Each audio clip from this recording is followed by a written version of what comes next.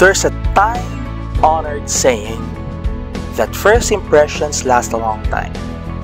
We humans tend to work day and night to make sure that our first impressions will last, if not for a long time, at least for a certain amount of time before we can impress them more. We tend to learn new tricks, we tend to dress the latest in fashion, we tend to speak in languages, and we get up to date with recent developments and trends. And we do that to impress people. We might want to impress our siblings so that they'll be very proud of us. We might want to impress our parents so that we can ask for something in return. We can impress our friends, our schoolmates, our classmates, in order for you to become the talk of the town, the center of their attention. We can impress our bosses and colleagues in order to get a pay raise, or better yet, a promotion. If we want to win someone's heart, we impress them. We learn what they want and we apply it. And as humans, we do that every single day. Whether we like it or not, we tend to catch up, be in the end. And that's something that we humans have struggled for so long, even during the time of Paul. The Apostle Paul tried to please others, tried to work day and night to please God and to please others. But what he realized is that he doesn't really need to please others. He just needs to be pleasing in the eyes of God. And that's what we humans nowadays, Christians in the modern era, tend to neglect. We tend to think that if we are in the end, we have friends. And God is always there on Sundays. God is always there on 15 to 20 minute devotionals. God is always there when we just pray, and that's it.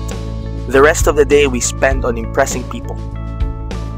But what we do not know, and what we do not realize, is that people tend to say things behind our backs. No matter what we do, no matter what we say, no matter what we feel, no matter how nicely we treat them, people will always say something behind our backs. But that's not the case with the Lord. God will accept you and will love you regardless of who you are, of what you are. You might be a failure to some, but to God you're a success. You might be unpleasant to some, but for the Lord you are special. And that's what matters.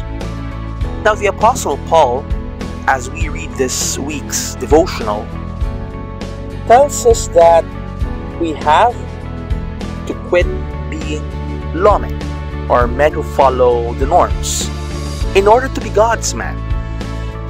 Christ's life showed him how and enabled him to become God's man, or a man of God. And then therefore you have to realize here that Paul is not just telling us a metaphor. He's actually telling us a fact, a story, a process in which God enabled him to change his lifestyles, to change his life. And regardless of human impressions, he doesn't care it at all anymore. What matters to him now is that he is doing what God is asking him to do. And that's what we should do.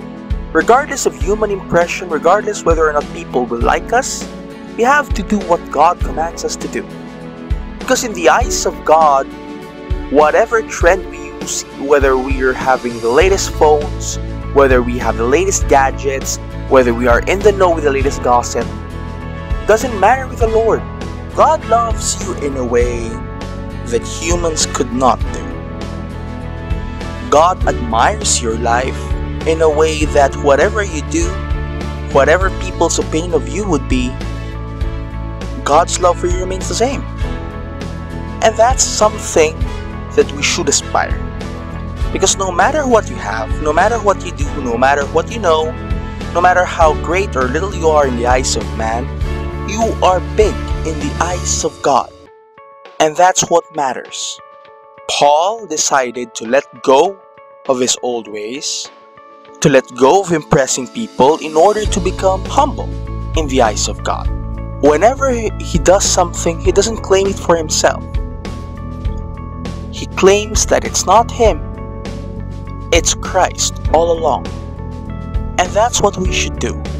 As Christians, let's get over with people's impressions.